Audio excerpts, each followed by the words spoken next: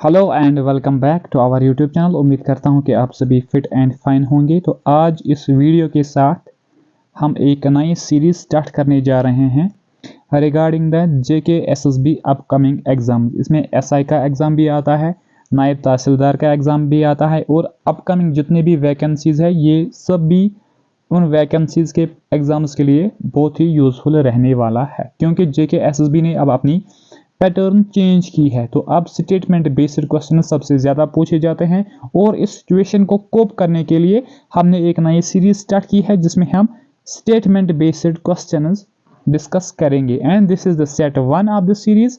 तो आज हम इसी सेट से फर्स्ट सेशन स्टार्ट करने वाले हैं and I hope if you are new to our channel, first of all you will do the subscribe our YouTube channel and then you will share the video with your friends, क्योंकि this is going to be very beneficial series for the aspirants who are preparing for different competitive exams, not only JK SSB, right? तो without any delay let's start the class। तो first question क्या है? First question is, बताओ क्या है first question? Just a second, बताओ क्या है फर्स्ट क्वेश्चन?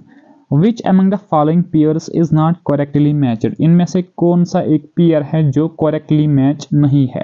तो पहले हम पेयर्स देखेंगे, देयर आफ्टर एडिशनल इंफॉर्मेशन जिस तरह हम डिस्कस कर रहे हैं आप लोगों के साथ, शेयर कर रहे हैं आप लोगों के साथ, तो वो भी हम करेंगे। फर्स्ट इज रेगुलेटिंग एक्ट जो पास किया गया था इन the year 1773, this is right, ठीक है।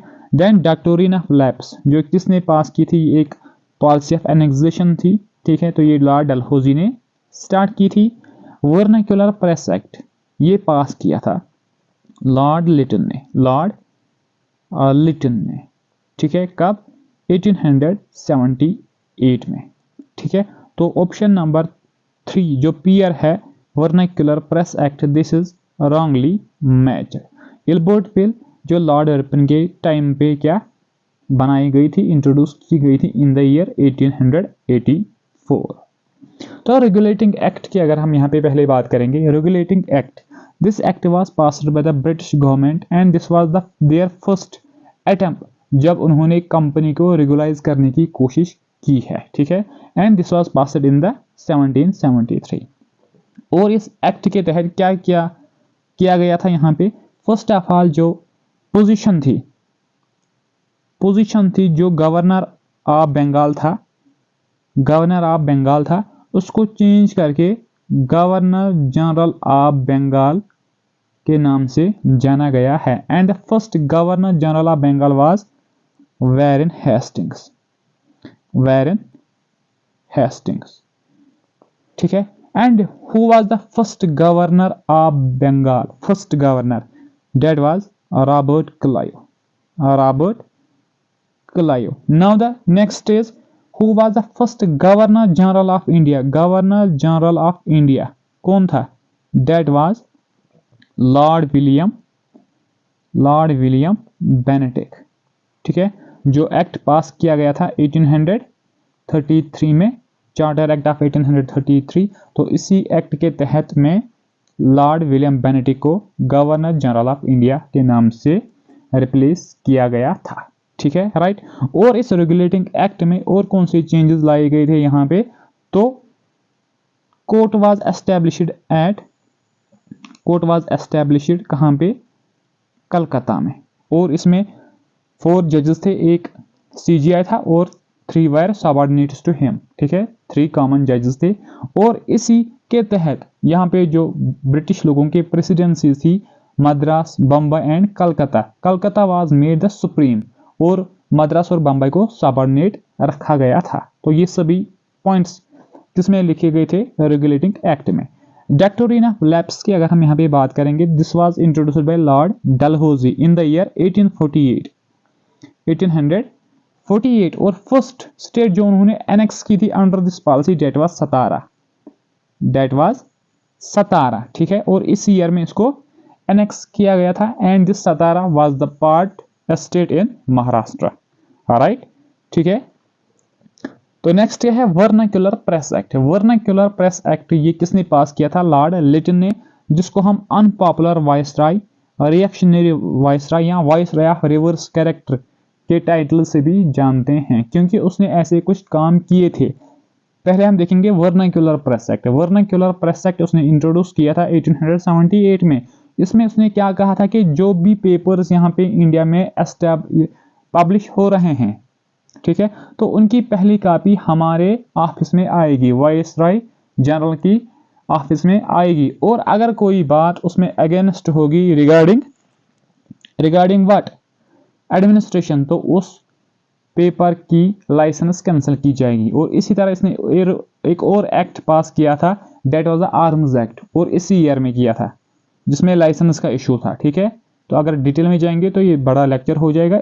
मैं आपको थोड़ा क्या करता हूं कि आपको रिवाइज भी हो जाएगा ये चीजें। और उसी के टाइम पे 1876 रॉयल टाइटल्स एक्ट भी पास किया गया था, और जिसके तहत क्वीन विक्टोरिया ने क्या एम्प्रेस ऑफ इंडिया खुद को टाइटल दे दिया था।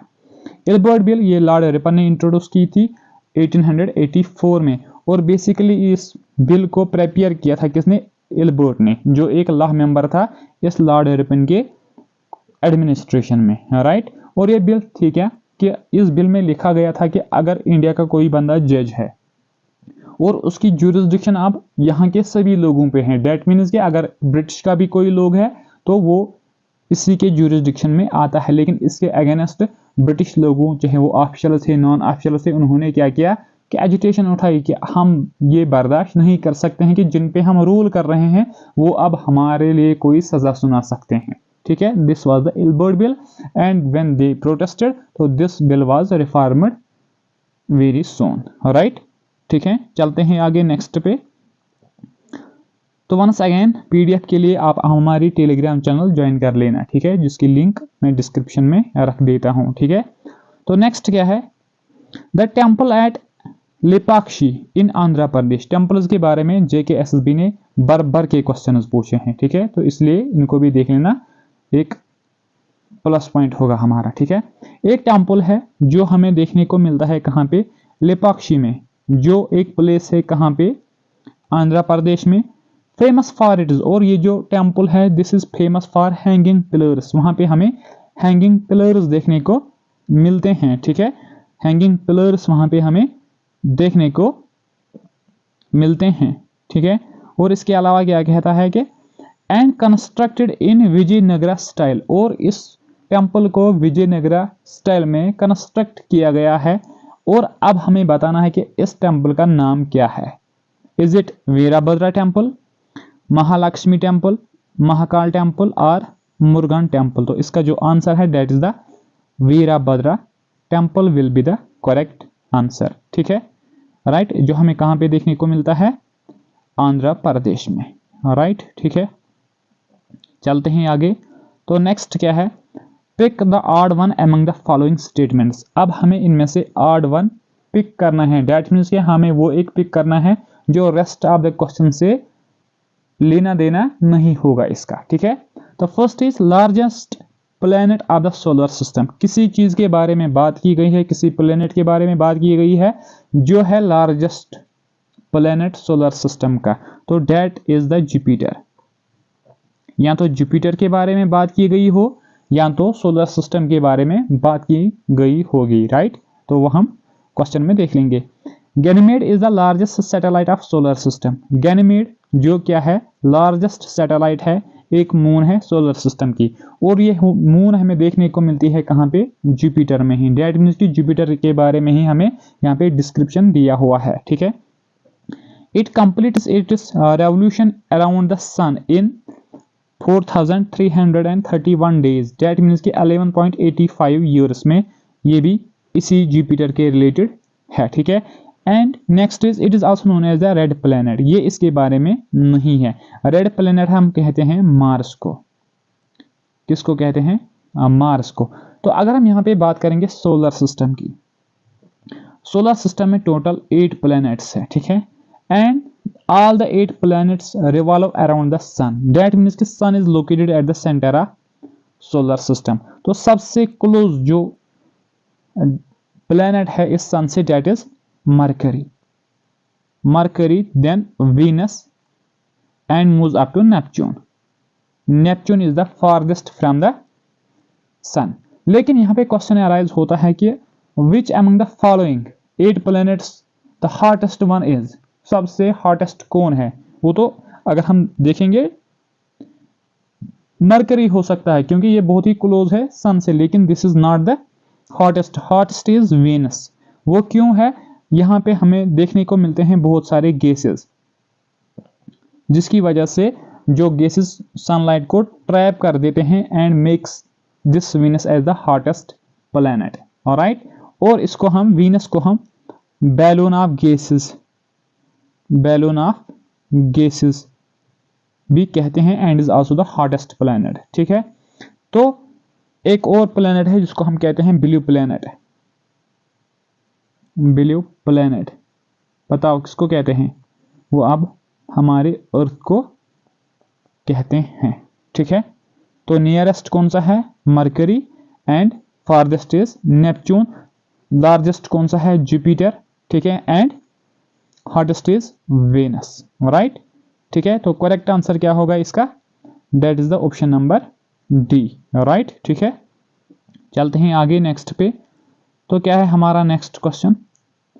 Next question is which among the following statements is not correct regarding the Mela Pat Bhadarwah. मेला पत बेसिकली ये एक फेयर है, एक मेला है कहाँ पे? जो भद्रवाह में सेलिब्रेट किया जाता है। तो इसी के बारे में कुछ स्टेटमेंट्स हैं, अब हमें देखना है कि इनमें से कौन सा एक करेक्ट नहीं है।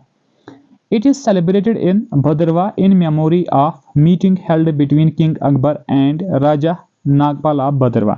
ये फेयर सेलिब्रेट किया जाता है किसके याद में, किसके ऑनर में? जब किंग अकबर और राजा नागपाल की मीटिंग हुई थी। This is first statement and this first statement is correct, ये सही है। ठीक है, the fair is held for 3 days after Kailash यात्रा, और इस फेयर को सेलिब्रेट किया जाता है 3 दिनों में। ठीक है, आफ्टर द कैलाश यात्रा के बाद। ठीक है, तो ये भी सही है। It is celebrated in June and July, नहीं, इसको जून एंड जुलाई में सेलिब्रेट नहीं किया जाता है, इसको अगस्त और सितंबर में सेलिब्रेट किया जाता है। नेक्स्ट क्या है? On the last day Dakku dance is performed by locals, और लास्ट डे में दक्कू डांस परफॉर्म किया जाता है किन लोगों से? जो वहां के लोकल लोग हैं। तो ये भी करेक्ट है। तो अगर हम यहाँ पे बात करेंगे रिगार्डिंग द किंग अकबर, ठीक है, तो वो first of all he is the ruler of Mughal dynasty, और ये डायनास्टी फाउंड की थी ज़हीरुद्दीन मोहम्मद बाबर ने कब?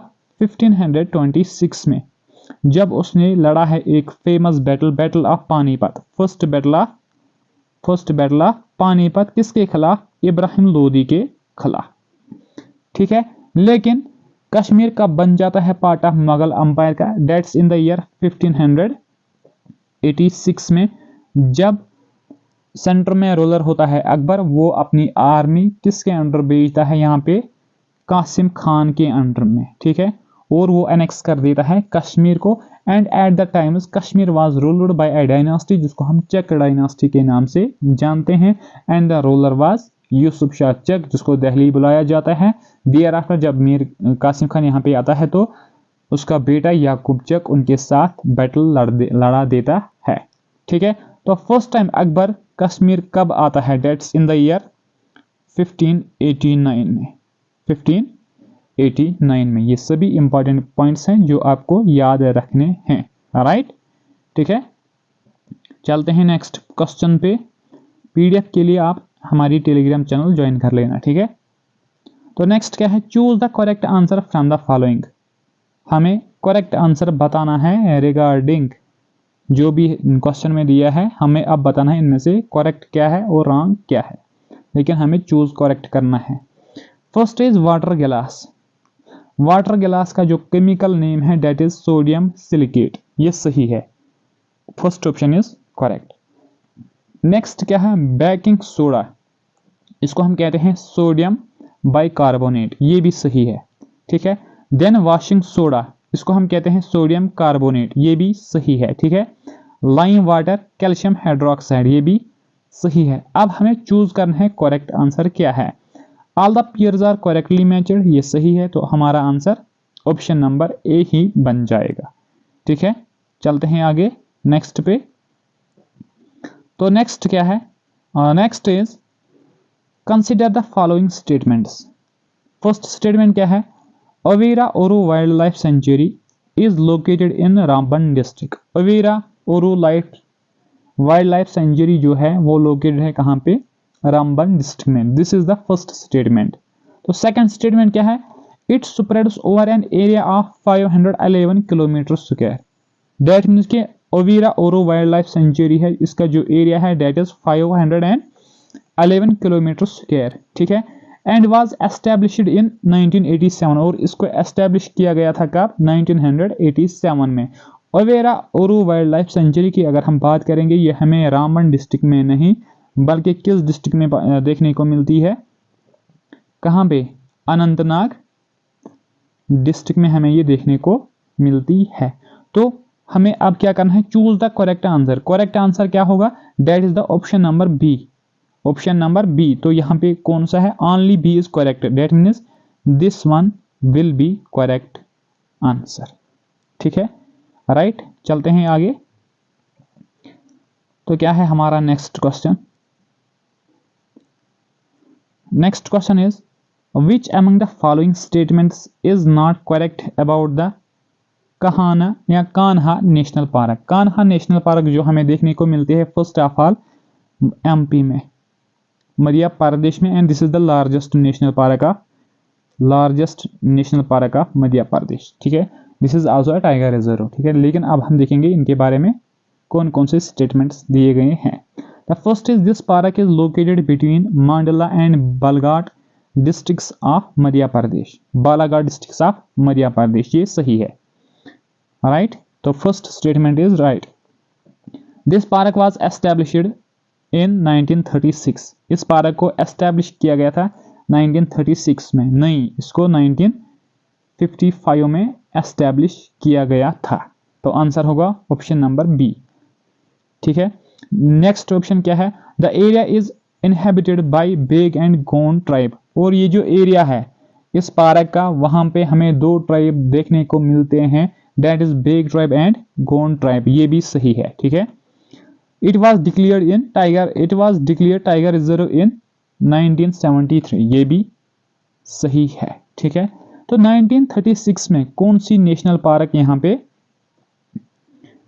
डिक्लेयर की गई थी, उसको हम हैली नेशनल पार्क के नाम से जानते हैं। And later on this was changed to Jim Corbett national park, जो हमें कहाँ पे देखने को मिलती है, उत्तराखंड में। And this is the oldest park, ये ओल्डेस्ट पार्क है इंडिया की। और and this is the park, जिस Jim Corbett national park is the park जहां से प्रोजेक्ट टाइगर लॉन्च किया गया था। प्रोजेक्ट टाइगर लॉन्च किया गया था इन द ईयर 1973 में, ठीक है, ऑलराइट। चलते हैं आगे नेक्स्ट पे। तो आंसर क्या होगा, option number B will be the answer, जो करेक्ट नहीं है रिगार्डिंग कान्हा नेशनल पार्क, ठीक है। चलते हैं आगे नेक्स्ट पे। तो क्या है हमारा नेक्स्ट क्वेश्चन, बताओ। तो नेक्स्ट क्या है, विच अमंग द फॉलोइंग, क्या है next, which among the following is not correctly matched. इनमें से कौन सा एक पेयर करेक्टली मैच नहीं है। Jawaharlal Nehru memorial botanical garden, जो हमें देखने को मिलता है कहाँ पे, श्रीनगर में, जिसको हम ट्यूलिप गार्डन के नाम से भी जानते हैं। और इसके कंट्रास्ट में कौन पॉइंट दिया है, Siraj Bagh, that means is the old name of tulip garden, ये लिंक कर दिया था इसके साथ। दैट मीन्स के option number, pair number first is right, ठीक है। खानका ऑफ शाही हमदान, जिसको हम खानकाई मौला और शाही हमदान मास्क के नाम से भी जानते हैं। एंड सुल्तान सिकंदर ने इसको बनाया है कब, 1395 में, 1395 में। This is also correct. Lidder river, जिसका पॉइंट ऑफ ऑरिजिन है कौन सा glacier, Kolahoi glacier, Kolahoi glacier कहाँ पे? पहलगाम में, ठीक है। तो दिस इज रॉन्गली मैचड, तो आंसर होगा 3। राजपरियन वाइल्ड लाइफ सेंचुरी जो हमें देखने को मिलती है, जिसको हम कहते हैं क्या? डक्सम वाइल्ड लाइफ सेंचुरी के नाम से भी। तो आप कमेंट सेक्शन में बताओगे कि बुखारचू ग्लेशियर कहाँ पे लोकेटेड है और कौन सा रिवर वहां से ऑरिजिनेट हो जाता है, राइट? ठीक है, चलते हैं आगे नेक्स्ट क्वेश्चन पे। तो क्या है हमारा next question? Next question is which among the following were not brought from the constitution of America? इनमें से कौन सा एक चीज हमने कॉन्स्टिट्यूशन ऑफ अमेरिका से बारो नहीं किया है? आप सबको पता होगी कि जब कॉन्स्टिट्यूशन पे काम किया जाता था, उसको बनाया जाता था, ठीक है, हमने डिफरेंट चीज़ें different constitution of the world से बारो किए हैं, सो डैट कि हमें इजी हो जाए। यहाँ पे एक नई कंट्री बनने वाली थी, तो उस चीज़ को नज़र में रख के हमने डिफरेंट चीज़ें डिफरेंट कॉन्स्टिट्यूशन से लाए हैं। अब हमें बताना है कि इनमें से कौन सा एक चीज़ हमने अमेरिका से नहीं लाया था। The first is method of presidential elections. Presidential election का मेथड क्या है, उसमें कौन लोग वोट करेंगे, क्या ये हमने कहाँ से लाया? ये हमने क्या ये हमने अमेरिका से लाया है या किसी और से? तो नेक्स्ट क्या है? Functions of the president and vice president. President का काम क्या है, वाइस प्रेसिडेंट का काम क्या है, क्या ये हमने कहाँ से लाया है? ठीक है, इंडिपेंडेंस ऑफ जुडिशरी, ये कंसेप्ट हमने कहाँ से लाया है? एंड फंडामेंटल राइट्स से हमने कहाँ से लाए हैं? तो मेथड ऑफ प्रेसिडेंशियल इलेक्शंस हमने लाया है आयरलैंड के कॉन्स्टिट्यूशन से, आयरलैंड के कॉन्स्टिट्यूशन है से। डैट मीन्स कि ये ऑप्शन हमने अमेरिका से नहीं लाया है। रेस्ट जितने भी कंसेप्ट्स हैं वो हमने यूएसए के कॉन्स्टिट्यूशन से बारो किए हैं, राइट? ठीक है, चलते हैं आगे नेक्स्ट पे। क्या है हमारा next question? Next is which among the following statements is not correct regarding the tenure of Lord Warren Hastings? इनमें से कौन सा एक स्टेटमेंट करेक्ट नहीं है regarding the Lord Warren Hastings के टेन्योर, जो उसका टाइम पीरियड था, उसके बारे में इनमें से कौन सा एक स्टेटमेंट रॉन्ग है? तो लॉर्ड वैरन हेस्टिंग्स की हमने बात की है, this was the first governor general of Bengal. ठीक है, अब हमें बताना है कि इसके टाइम पे कौन से इनमें नहीं हुआ, ठीक है, वो हमें अब बताना है। First is Asiatic Society of Bengal, जो एस्टेब्लिश की गई थी 1784 में, ठीक है, ये सही है, ये इसके टाइम पे ही हुआ है। ठीक है, रेगुलेटिंग एक्ट ऑफ 1773, ये इसके साथ तो कन्फर्म क्या रिलेटेड है। सेकंड मैसूर वार, ये भी इसी के टेन्योर में हुआ है। परमानेंट सेटलमेंट ऑफ बंगाल 1793, नहीं, इस परमानेंट सेटलमेंट ऑफ बंगाल को हम जमींदारी सिस्टम के नाम से भी जानते हैं, जो इंट्रोड्यूस किया था लॉर्ड कॉर्नवालिस। ठीक है, तो option number D is not correct regarding the tenure of Lord Warren Hastings. तो सेकंड मैसूर वार की अगर हम यहाँ पे बात करेंगे, ठीक है, ये एक इम्पॉर्टेंट वार है जो फॉट किया गया था between east India company and Mysore का जो रूलर था डेट वाज हैदर अली, और इस वार में डेथ हो जाती है हैदर अली की, कब? 1782 में। ठीक है, and this war ended with A treaty in the year 1784 में, और उस ट्रीटी को हम कहते हैं treaty of Mangalore. Treaty of Mangalore के नाम से हम इसको जानते हैं, राइट? तो friends, this was all about today's class. I hope you will really enjoy this class and this class will be very fruitful for you, क्योंकि JKSSB ने अब पैटर्न चेंज की है, तो हमें भी अपने आप को अपडेट करना है। ठीक है, सिर्फ फैक्चुअल पॉइंट्स हमें नहीं देखने हैं। ठीक है, तो अगर आप हमारे चैनल पे नए हैं तो first of all you will do the subscribe and then share the video with your friends, and also you will join with us at Telegram, जिसका लिंक डिस्क्रिप्शन में अवेलेबल है। ठीक है, तो कीप स्टडिंग, क्योंकि अब पोस्टर्स भी आने वाले हैं रिसेंटली, तो इतनी मेहनत करो कि पोस्ट हाथ से ना जा सकी। तो thank you so much, have a good day.